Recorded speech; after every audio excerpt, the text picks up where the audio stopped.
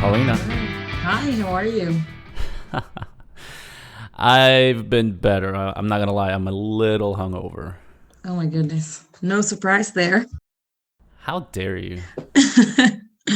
How's the weather out there? It's finally not snowing. That's good. It actually snowed for a little bit, a little earlier. But then it just stopped. That's good. Yeah, this winter in New York this year has been insane. Yeah, it's crazy. My sister lives in Chicago and she says it's the worst she's seen in a while. Yeah, I don't know what's going on. I mean, obviously, global warming is fake, right? Yeah, now what's everybody saying?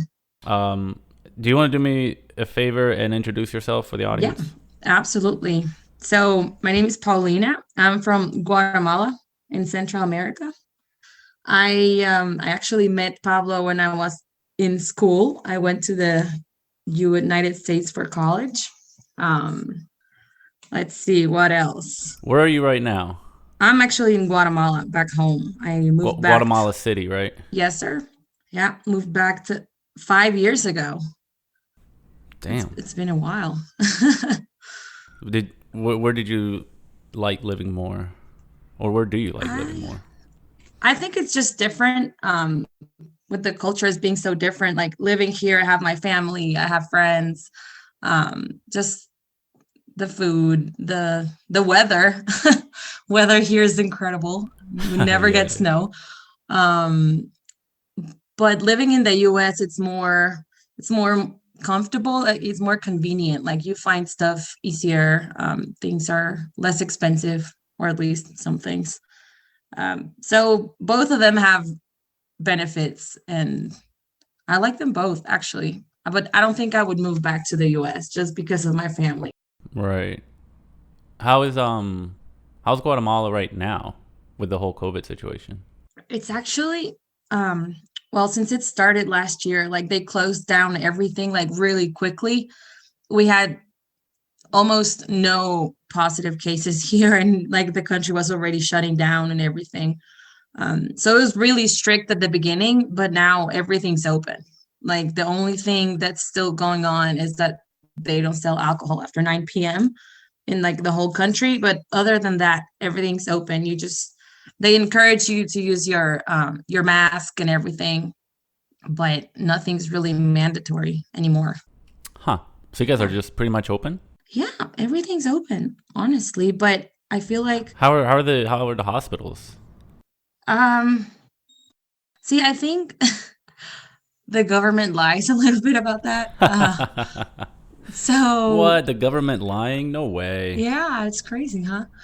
So what they did is that they used like an empty area they had for events, and they used it as a provisional hospital. And they did that in three or four, I think, biggest towns, I'm gonna say, because we really just have one city, and the rest of them are just big towns. So they've been doing that. Private hospitals aren't really taking many COVID patients. So I honestly have no idea how it's going because they don't say anything anymore in the news or anything. So Huh. could be worse than it is, but I mean, we really don't know about it. Yeah, it's funny how it's so easy to just hide things and Yeah. I don't know. Yeah, even here, I mean, we're about to open up movie theaters in a couple of weeks, I Uh-oh. think. Um, no, and then yesterday, I mean, I it was almost like COVID wasn't real because we Why? were kind of going bar hopping and Uh-huh. just kind of doing what a normal day in New York would be like, you know? Yeah. It was weird.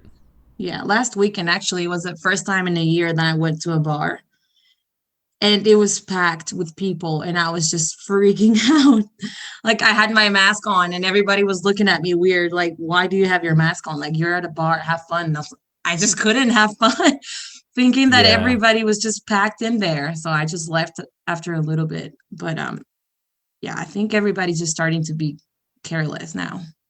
Yeah, a little bit. I know that the law here, I think, is 25% capacity Hmm. um, for bars and restaurants, and I Yeah. think they're raising it to like 35%. But some of these bars, I mean, They you don't walk care. in, yeah, it's like there's no way this is 25 or 35%. Hmm. Well, Um, because their normal 100% is already over capacity. So technically they are doing 25%, you know? yeah, yeah, because I mean, if I guess they go by the building max, right? So if they're Yeah. allowed to have up to like 200 people, and I mean that's packed, right? Yeah. Um, yeah, you can probably have like 50 people in there, and it doesn't it doesn't feel empty. That's for sure. Yeah, absolutely. But we were part of the problem because I mean, it was like ten to 15 people deep. So Yeah. wherever we went, I mean, we Yeah, made you it look packed the crowded. place. Yeah. Yeah, it was not a good idea. Yeah, probably not. But I mean, you got to get back to normal, right? Yeah, see Sooner that or that's what later. I think. Like we cannot live like locked down forever. You either are gonna get it or you're gonna get the shot first and then just go about your life. But the economy can't be stopped just like that. I know here, like the private companies, they were all against the government because like we shut down so quickly that we didn't need to shut down that early and everybody started to lose their jobs. People here that rely on their daily salary to live, like they what they get on that day, that's what they eat with. um, Right. so it was really really tough on most people, really, um, because they shut down everything, absolutely everything. Just hospitals and I think supermarkets weren't closed, everything else was closed. um, so yeah, it's not sustainable for a country to live like that. So you just kind of have to learn to live with it. Yeah, and it shows kind of how many people live paycheck to paycheck, right? Mm-hmm. Yeah. Because they're the ones who are suffering the most, and they're the ones who have the smallest voice Yeah. in the world. Yeah, I mean, right now, even in the U.S., I think Maryland, the state of Maryland, and the Mm-hmm. state of California are passing their own stimulus checks. Yeah, it's Um, crazy. just because, I mean, the economy is, you know, if you have a job, if you have a good job, you're blind to it, right? Mm-hmm. Um, because I can work from home. I can literally go to Guatemala right now and work from Yeah. Guatemala. Uh, nobody would care and nobody would notice. Right. But for most people, I mean, yeah, you go in, you clock in, and you have to work and you have to be there. Mm-hmm. And that money that you make is what you pay rent with and eat, and that's it, right? Yeah. I don't know. Yeah, It's a one of the employees in our company, she was just telling us. I think a few weeks ago we were talking about it. She doesn't have. I mean, she's from a low income, like really, poverty here is really bad. But she was like, we spent about 6 months where I could only feed my kids once a day, and some Jesus. of those days I wouldn't eat myself, and it was just so heartbreaking to see. And she was telling us because like we recently had hired her, and she was just so thankful, and we couldn't understand why until she told us like what they've been going through for that time.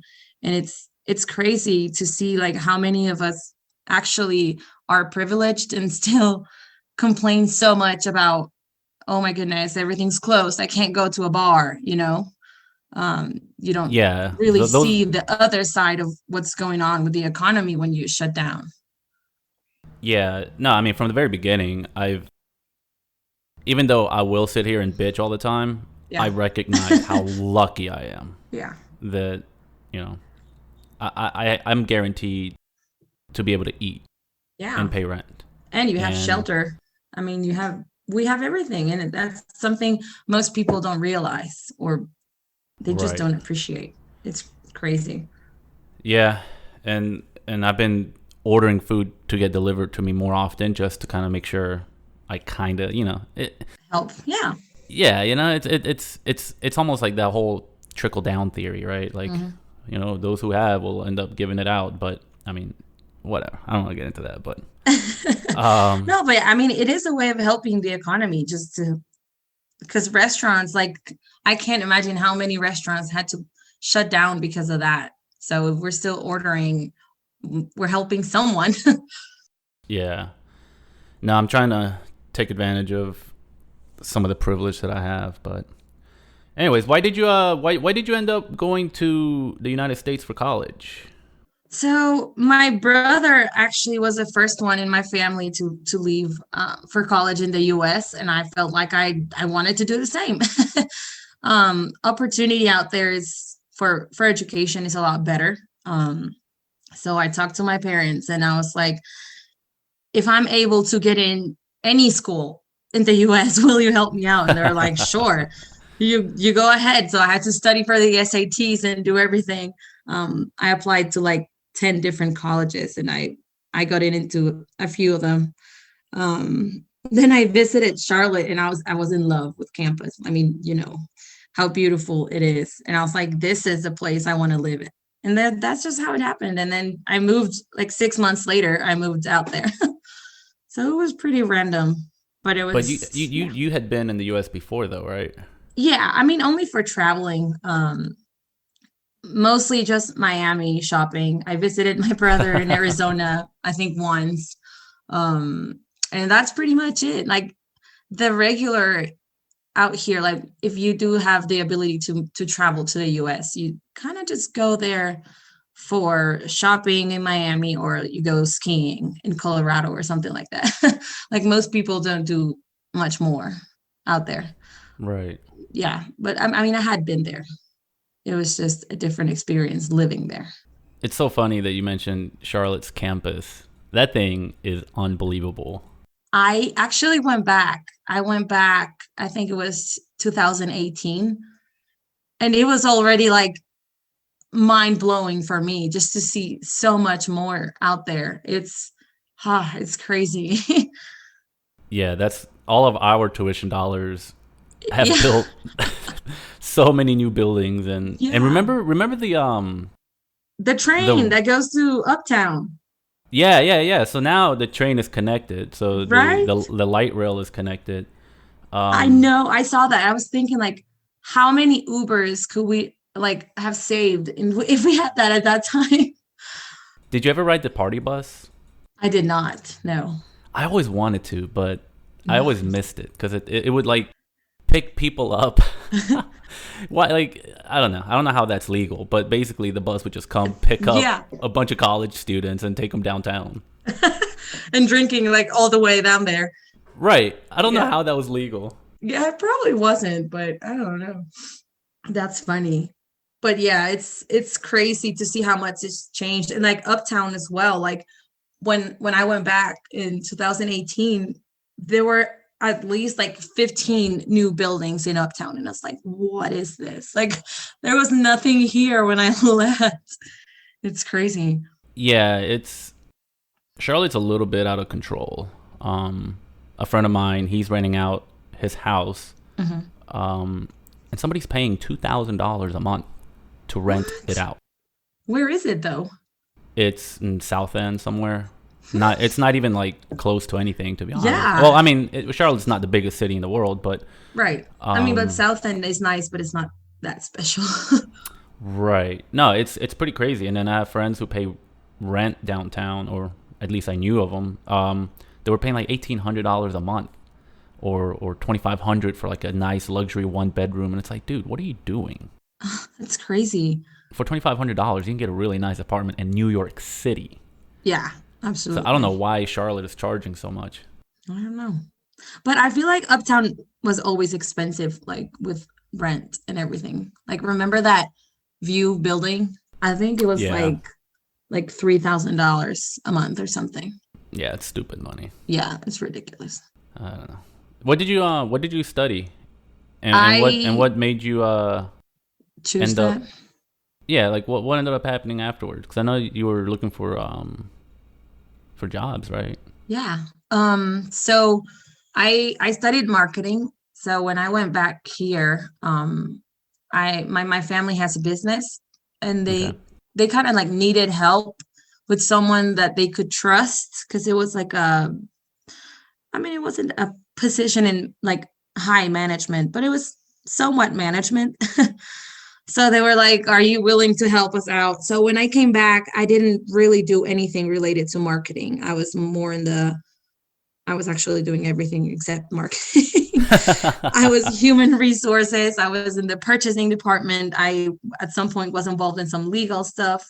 Um, so I feel like even though I didn't do anything marketing related, like coming back from college and having like a broad experience in the business, in a business, was really, really helpful because I was able to see like administrative stuff, legal, human resources, and everything to kind of like understand like everything that I learned in school. I was like living it in Hmm. every department. So um it was really good experience. But after that, I was like, okay, now it's time to do some marketing and just have experience in marketing related stuff. Um, Right. so I moved jobs. I was working at a bakery. It actually started as a small bakery here um, in Guatemala, and then it just blew up. It's crazy. They have now bakeries and restaurants, and they have over 50 locations in the country. And they have, I think now they opened one in Dallas. So it's really big. And I was doing marketing there, and it was really, really nice. Like I really liked it, but I ended up quitting my job again. And then I just left. I picked up my stuff and I went traveling. Really? Yeah, Where'd I you go?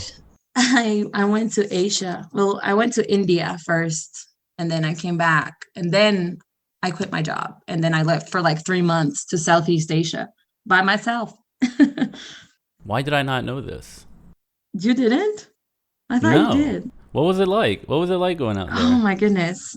It's honestly been life changing. I the traveling by myself in like extremely low budget was oh my goodness, it was crazy, but I honestly loved it.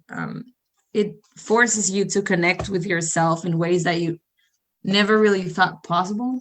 Like you Yeah. go meet people along the way, and it was crazy because like I was going through a hard time in my life at that time, and I would meet someone like a girl that I was sharing a room with, and then we started talking, and like we connected so well, like in what I was going through in life, and she was going through that same thing. And it was like it took us to travel all around the world to find each other, and like you kind of started to heal, I would say, in a way, just talking to people and knowing that you're not alone in what you're going through in life. Mm-hmm.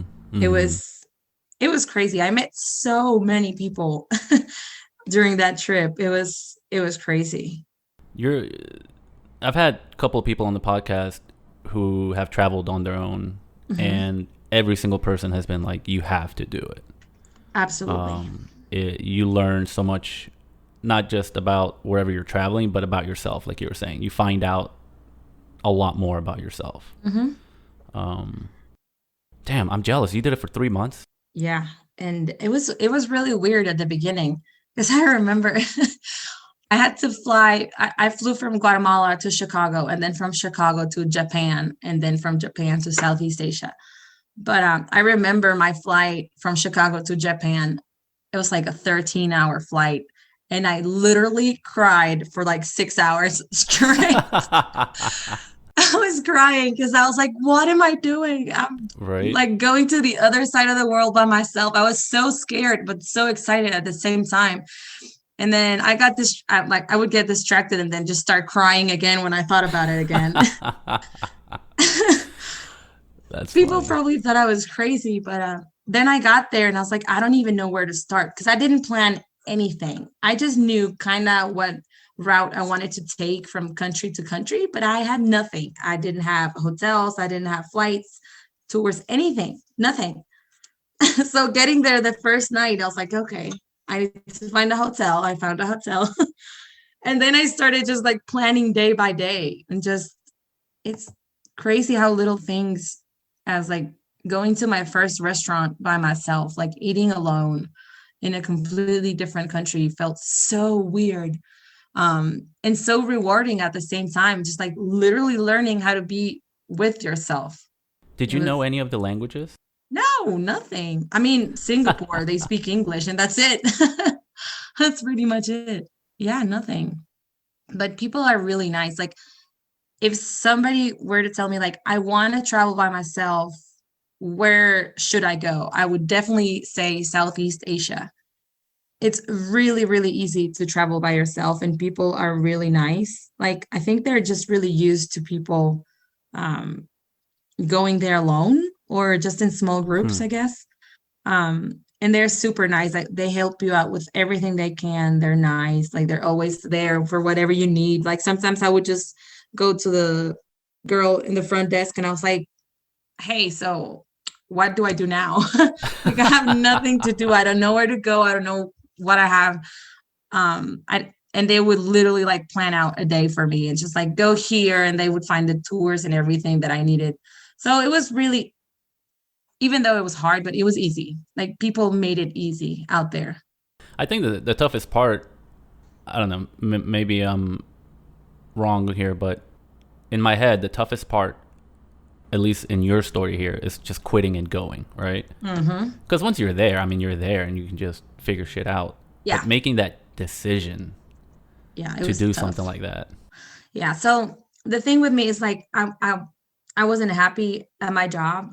Like the actual job was really, really nice. Like I was learning so much and I loved it. But the people there were we're not gonna go into detail, but they were awful. And you know me, like I'm nice, I'm patient, but I'm not gonna put up with your shit for long. So I was like, I want to quit, and I was trying to figure out what to do. I was trying to just like jump from one job to another, and then I was like, no, I'm not convinced. What should I do? And one day I was like, I should just go travel Asia by myself. And then I even told myself, like, no, you're crazy. You're not gonna do that. And then I actually kind of like I kind of liked the idea. And I just told my mom, I'm gonna leave. And she was like, no, you're not. And I was like, yeah, I'm not asking this time. I'm just telling you, I need it. Like I needed it um to kind of like close a chapter from what I was going through in my life. And I was like, I'm just gonna do it. And I left. And it was probably the best decision that I made. That's incredible. Thanks. What was your favorite country, or some of your favorite experiences there? Ah, um, so since the beginning of that year, I had started a journey into meditating and all that, like spiritual stuff. That's why I Hmm. went to India in the first place. I actually went to meditate in an ashram, they call it. It's just like a meditation center. And I think that was the nicest thing that I could find like places like that out there too. Like I was kind of like in a spiritual journey at that time. So I would go to meditate and like meet with people that kind of like live like that. I know it's hard when you come back to the city and you have to find a job and live with your family and go out and everything. But um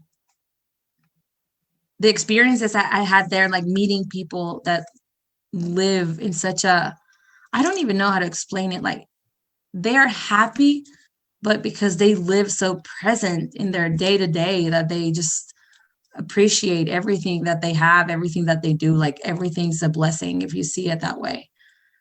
Um, but the people, I would honestly say like it's not a country that I loved most. It's just the people. And in Thailand, I would say they are the nicest people I have ever met in my life. Really, like I've never, everybody that you meet is nice. In Thailand. Yeah, in Thailand. And well, I actually I went to a elephant sanctuary there. Probably that's the place I love the most. But yeah, it's just you feel, I don't know if it's just me because I'm in that I'm interested in that, but you feel that vibe. Like everything's just so positive and relaxed and everybody's there to help you and to be nice to you. Like, you know, the exact opposite of New York, I would say. Pretty No, much. it makes sense though, because, and I don't know, like I don't take work too serious because I know that I wasn't born to sit behind a computer desk and type out shit.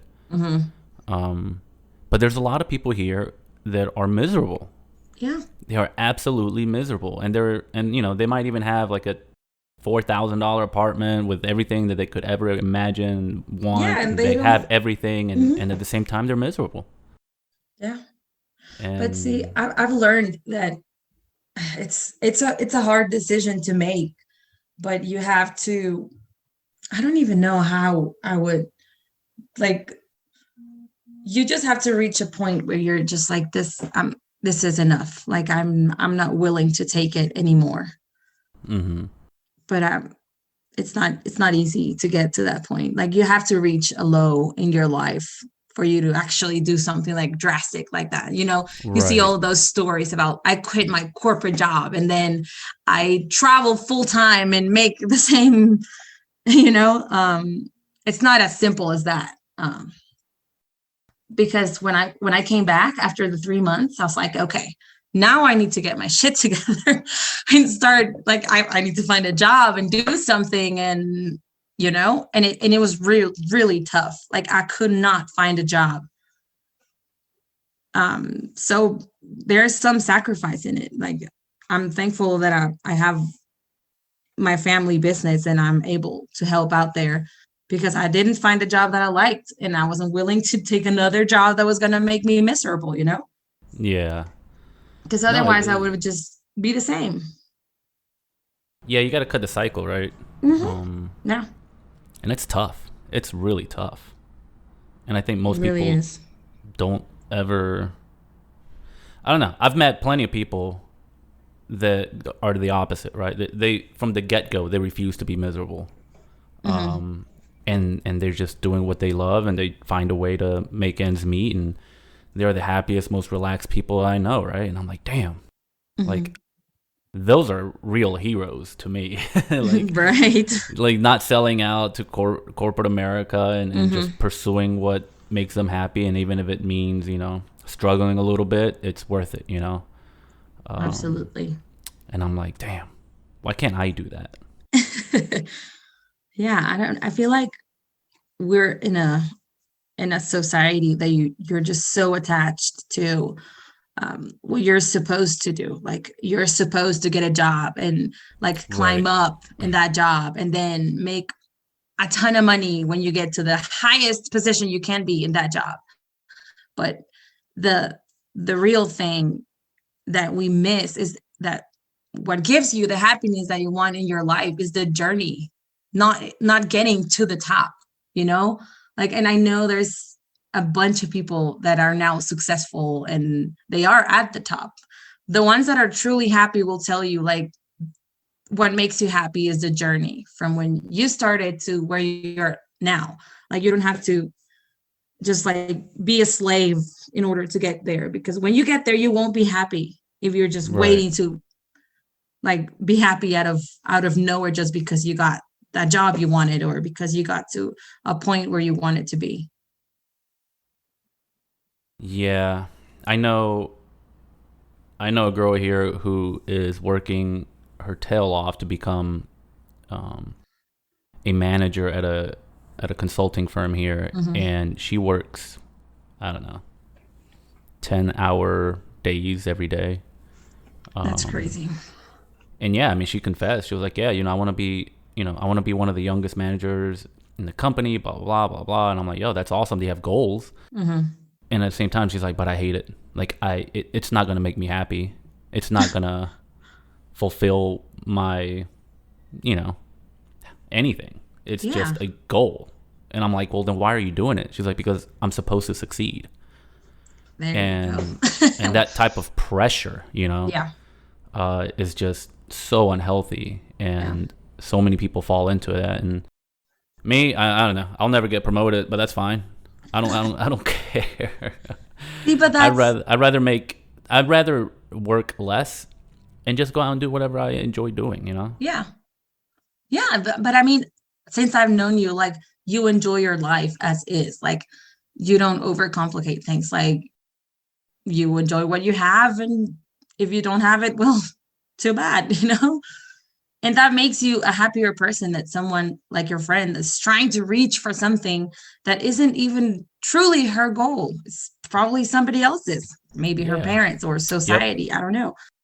And I think that's the toughest thing with making a decision like that for me, at least, because I was like, I had this idea in my head that everybody would think that I'm a failure if I quit this job in a big company, because it's like a company really big here in Guatemala. And then I just travel off like a hippie. And I was like, everybody's going to think I'm a failure. Everybody's going to think this and everybody's going to think that. And I'm like, why do I even care?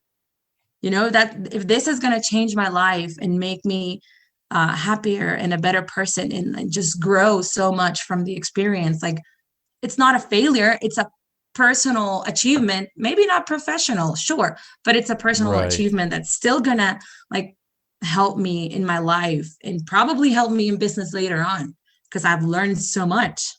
Yeah, I'm jealous of your 3 month journey. Oh, thank you. Um, Yeah, it I've was. definitely thought about doing something like that, but again, it's just tough to pull the trigger. Hmm. It And you is. did it, so kudos to you. Thank you. Yeah, Do you I'm still happy I meditate? did. I do. I do. Not as often as I would want to, but I do. What does it take? Because I've tried it before, like maybe once or twice, Yeah. and I mean I'm too hyper. Like Yeah. after So, 2 seconds, I'm just like, all right, I gotta go do something. yeah. See, the problem with meditation is I think most people tell you, like, in order for you to meditate, you have to like put your mind blank and not think about anything, or Uh, and that's just not true. Like, you can't stop thinking and put your mind blank. Like, it's impossible to do that. You hmm. just kind of like train your mind like you would train your biceps, let's say. So you try to focus on something that's constant. For example, your breathing. So if you're focusing on your breathing, you can't think of anything else, because you're literally like focusing on how the air feels as it comes in and out from your nose. Or if you focus on your stomach, you see it like rising and lowering. So it just takes your mind off of what you would normally be thinking by thinking on something else, and something that's constant. They call it an anchor. So whatever your anchor is, you use it to just like clear your mind. So I don't have to wipe it clean. I just have to focus on something that I can, Yeah.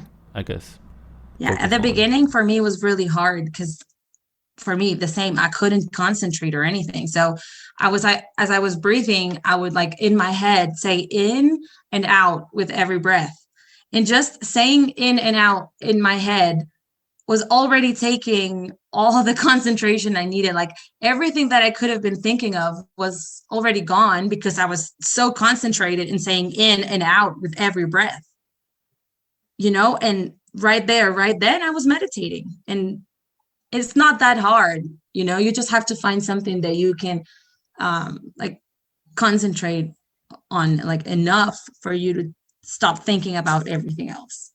Hmm. But it's not easy, because even when you're focusing on your breath, you'll find yourself then just like daydreaming of something else. And it's like, oh, damn, now I'm not meditating anymore.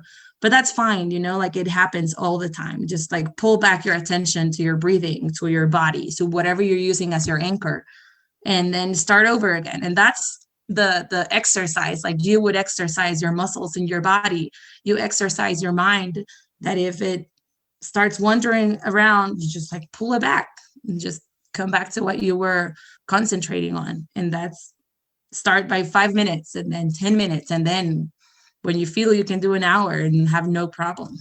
What are some of the benefits that you've noticed from meditation?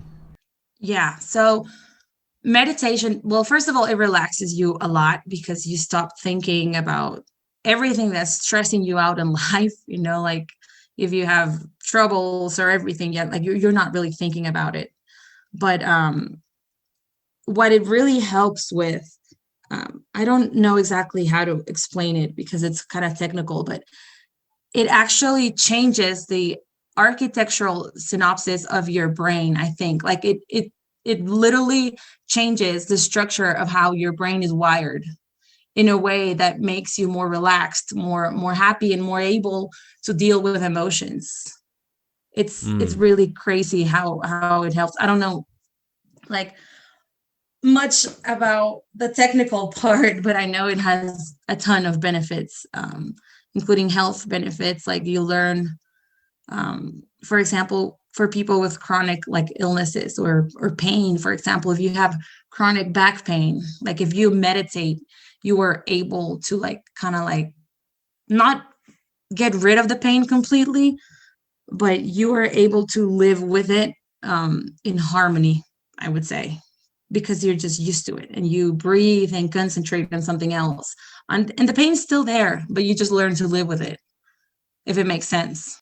Yeah, it's kind of scary how much power we have within ourselves and don't It's even know it. crazy. Yeah. There's actually a book, and it's this doctor that he found. Actually, I think I left it downstairs. I don't have it here, but um, he is the one that started. Have you heard of mindfulness? I have not.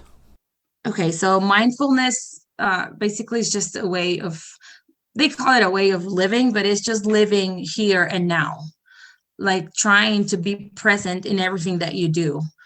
Um, so and this doctor, what he did was like he couldn't believe that there was so many people with chronic illnesses and pain that the doctors, like Western medicine doctors, would be like, sorry, can't do anything else for you, you know? And he was like, it's not possible that us as doctors, we can't do anything else for them. So he started this, well, he now calls it mindfulness, I think, mindfulness based stress relief program. So he teaches how to use your mind and your body to deal with illnesses and pain and even emotional pain. It doesn't have to be physical pain. Right. And teaches you how to live in harmony with that pain, how to meditate. He even teaches you how to do yoga, and it's really incredible everything that's in our power to change our situation that we don't realize it. Yeah. It's I yeah, think there's been more attention towards mental health in the yeah. last decade or so. And I that's kind think of so part of too. it, right? Oh, absolutely. Yeah. Like for me, like I suffer from anxiety, but I always refused to get medicated because I was like, I know that the power to heal myself is in my mind. You know, Right. like I know I have this strength. I just have to find it. And that's why kind of like I started all this journey and the spiritual thing and the meditation because I was like, I know I can I can do better. I can live better with my emotions, you know? And it's the change that I've felt like significantly in dealing with negative emotions. It's been crazy. Like anything that's gonna like trigger a negative emotion in me now, like I know I can handle it better thanks to like living consciously, like consciously about everything around myself. Right. Just It's having control of your reactions to the mhm. world, right? That's exactly the most important part. Like, I mean, because you can't control what's going to happen to you, you can Mm-hmm. only control your reactions. Right. So yeah, the book is called Full Catastrophe Living. So just learn how to live in chaos, basically, Yeah, that's a skill that they should be teaching in in school. school every Yeah, year absolutely. No, and I was at this talking point. to my mom about it. I was like, why don't we get taught this when we're young? Like it's so important to learn how to deal with all the crap that's going to come later. And Yeah. we I mean nobody teaches you that. You just have to kind of like You're hit on your own. yourself, yeah, with the wall, and then it's like, oh my god, I need to figure out how to do it then, you know? It's Yeah. Especially in a world like I today love that. where I'm telling you, like I have friends who, they'll read some article online about, I don't know, the stupidest Hmm. things and they get emotional. Like they'll get mad or they'll cry or something, right? And I'm just like, hey, that was just a news article that doesn't even affect you, right? Yeah. But they let it get to them. and that's got to be exhausting, you know. Mm-hmm. Yeah. I'm not saying that everyone should be like carefree and not give a shit, but you also got to learn when and where to put your energy. Yeah. And I don't know. And I think people feel better, and then less. There would be so many less shitty people out there. Yeah, absolutely. Actually, with what you're saying now, I think there's a book. I don't know if you've read it, but you would love it. Um, it's called The Subtle Art of Not Giving a Fuck. You have to read it. I know you will love it. It is exactly what you said. Like this guy um says everything like without a filter. He doesn't care. And he's like, you don't have, I don't remember exactly how he puts it, but he's like, you don't have to be carefree and not care about anything, but you have to be mindful of the fucks you give out. He says something like that. Like, that's funny. Just choose what you really want to care about, and choose what things are going to make you angry. If you're aware of what the consequences of being angry or punching someone in the face is going to be, just be aware of what's going to happen with that negative emotion and then act on it, Right. No, I think that's part of the problem here in New York with a lot of the people that I've met is they're just going at 1,000 miles per hour, and they don't take that minute, to just unwind. Yeah. And I don't know, just live the life that you kind of want and not the one that you feel like you should be doing, Absolutely. I actually had a quote on here about something you just said. I don't think I will be able to find it, but I had a quote that said something about our lives are so like hectic and we're always running around that the only thing we're forgetting to do is just to stand still. Yeah. I don't think I'm going to find it, but it went something like that. Paraphrasing. Yeah. I don't know whose quote is it, but still. No, I literally try to take 1 day a week where I do nothing. Because once coronavirus hit and everything shut down, I did realize that I have a little bit of anxiety. Mm-hmm. Because I was just so used to being out and about all the time. And I get to put my energy where I want it to. Yeah. And then whenever we shut down, I was just kind of sitting at home like, now yeah, so this is what this feels like. Yeah, we're so used to like covering up some feelings with just like going out with friends or like always being in company, because this society has being alone or spending time alone like a completely negative thing. Like it's not, it really is not. Like you need to know yourself and be okay with being by yourself before you can actually be okay with anybody else, be it a family, a partner, or whatever. You have to be okay first. Yeah, I used to take Sundays to just do nothing. Like not hang out with people, not, do anything. Just have no schedule, sleep if I want to sleep, clean my room if I want to clean, maybe go for a long walk. It's just healthy to have a moment to yourself. Absolutely. And more people need to do that. I think everybody should do that at least once a week. So I do that now, like since I can't meditate as much or anything, like sometimes I just come back and I have a notebook out there. Like I just start writing stuff. Like today I was grateful for whatever. I liked this about my day, and then add a few notes or whatever that was on my mind, and then move on. And just writing down, like taking that time to write things down that made me happy or that I liked about the day. It really improves. Go ahead. No, like it really improves your well-being in general.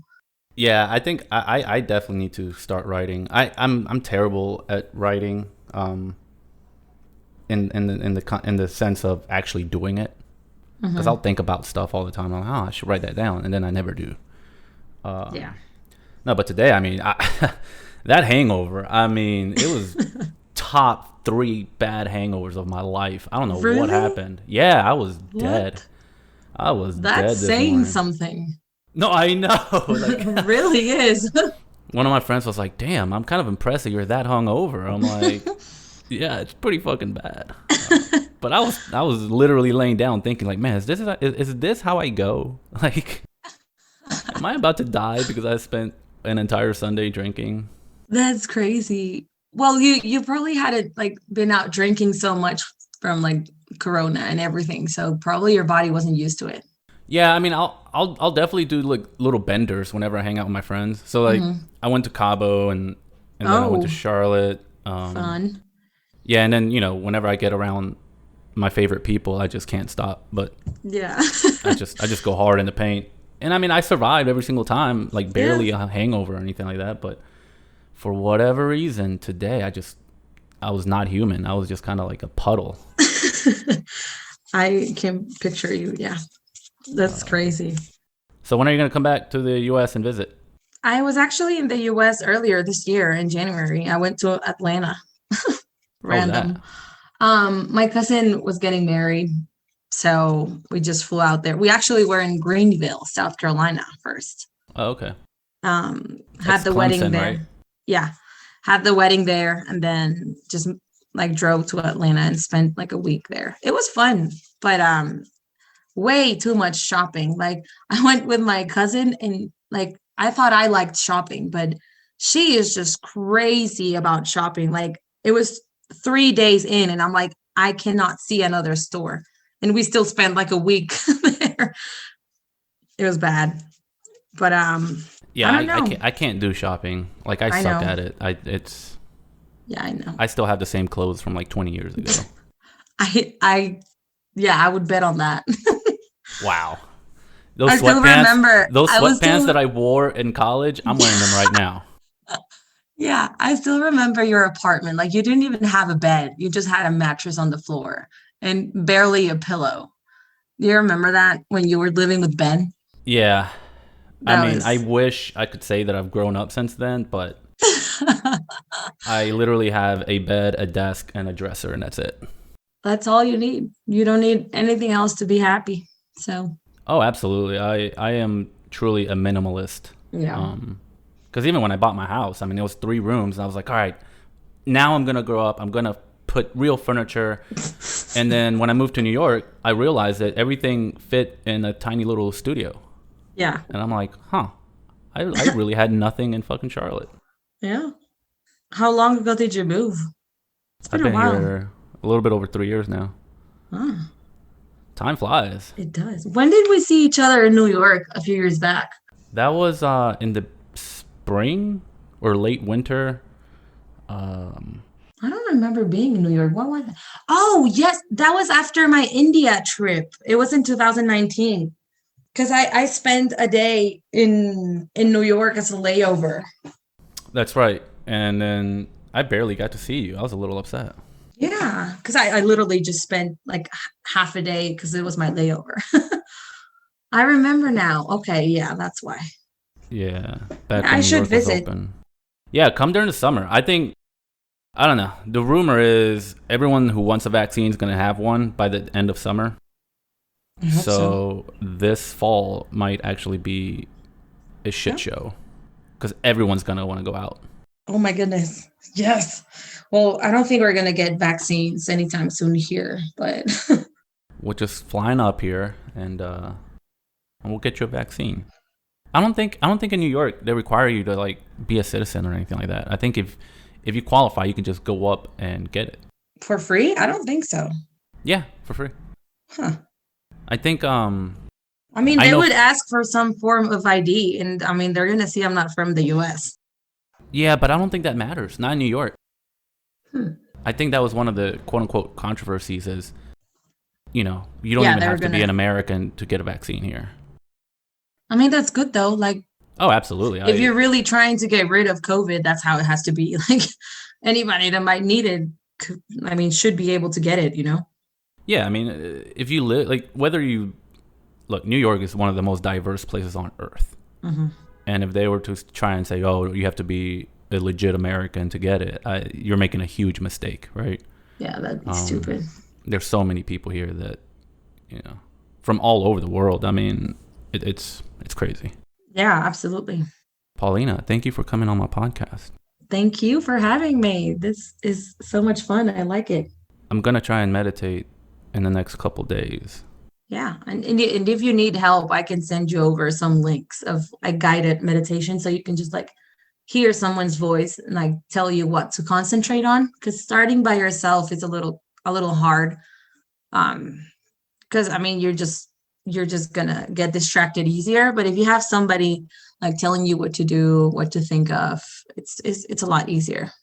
Yeah, to have a little bit of guidance. Hmm. Definitely. Yeah, send me some links. I'll try it. I know late last year, I did start focusing a little bit more on my breathing. Yeah. I didn't know how much benefit there is to kind of like focus on breathing with your nose. Like not just breathing with your nose, right? Like most people do that already. Yeah. But actually focusing Yeah. on opening up your passages to kind of like let the air in Yeah. and just taking a moment to just breathe and just be there. Yeah, it's There's crazy. so many things that we do. I mean, breathing is automatic, like you can't, Hmm. but like just thinking like and doing those automatic things like consciously, like this week, try whenever you're brushing your teeth, do it consciously. Like think of the strokes of the brush on your teeth and think about what you're doing. And brushing your teeth will be a different experience. Trust me. It's Sounds. crazy. Like so many things we do like unconsciously, like that you could put attention into that, and it's really a different experience. Yeah, we're all over the place at all times, and just Yeah. taking that moment. Yeah, I can definitely see Yeah. huge benefit and a just a different experience, like you said. Yeah. Brushing your teeth, something And as simple as that. eating as well. They call it mindful eating. Just consciously eat and think about the flavors in your mouth and you're chewing and everything. And it's really a different experience of eating. Yeah, I think I'll do that. I'll try and meditate sometime this week, and I'll take little things and focus on them and see what it's like. Yeah, you should. It's gonna be, you're gonna feel the difference. I bet. All right, Paulina, thank Awesome. you, and No, hopefully I'll thank see you. you here in New York over the summer or in the fall, Yes. Yes, and then I can absolutely. punch you in the face personally. Right? Oh my goodness. I'm Still never my gonna favorite forget saying. that. Yeah, Yeah. that's my favorite saying. Thank you so much for having me. This was really fun. I liked All it. right, I'll talk to you later. Sounds good. Bye bye.